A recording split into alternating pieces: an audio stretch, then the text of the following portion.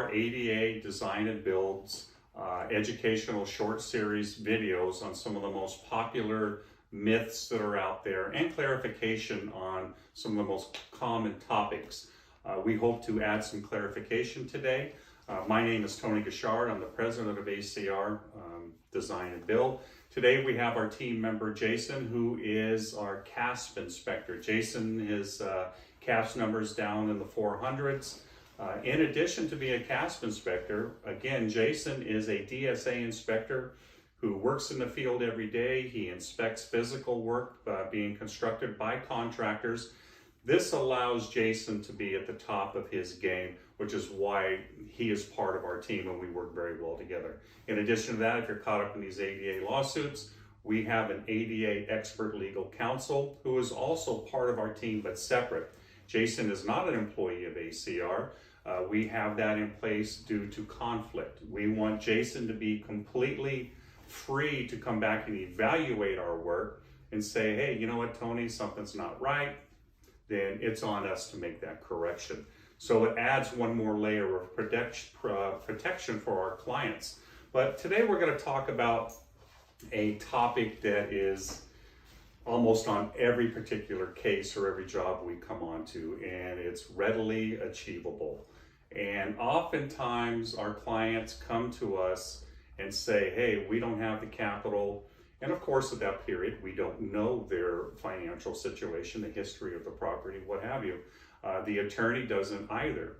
So they are reading up on it and they found the term readily achievable, and they may or may not have to perform the work. Usually one of the most popular ways of doing it is saying, hey, it's a financial hardship.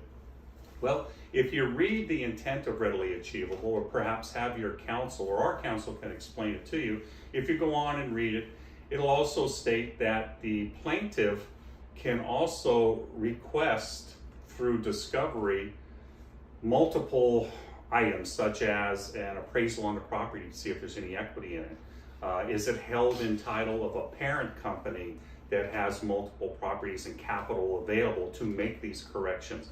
Rent rolls, tax returns.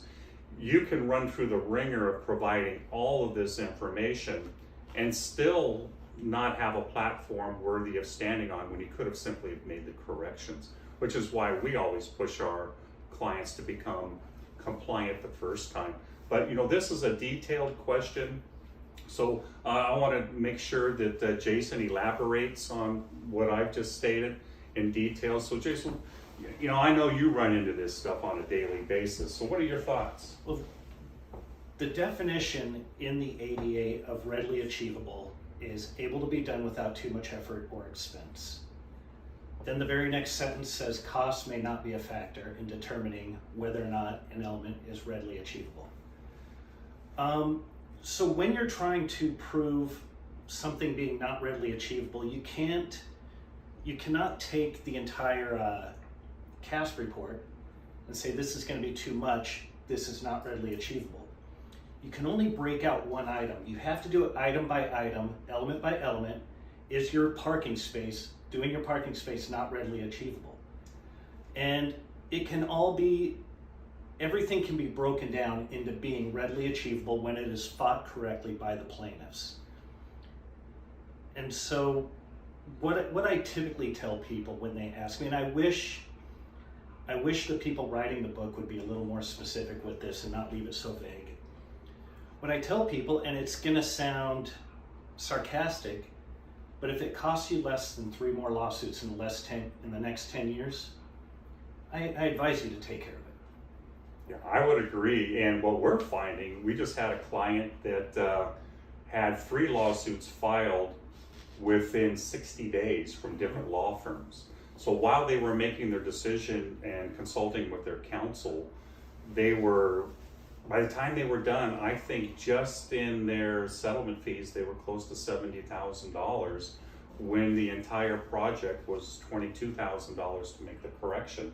And one of the nice things about ACR, we want to push our clients into ADA compliance fully, correctly the first time.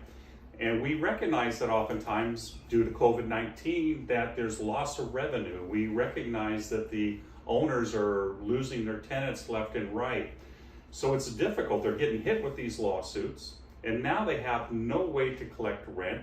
There isn't much capital available. So what we're doing is we're trying to assist our clients to become compliant.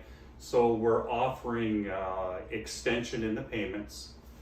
We even offer financing as of last year. In addition to that, we accept major credit cards, but we do everything we can to push you in the right direction of full compliance to eliminate the future lawsuits, because they can get very expensive.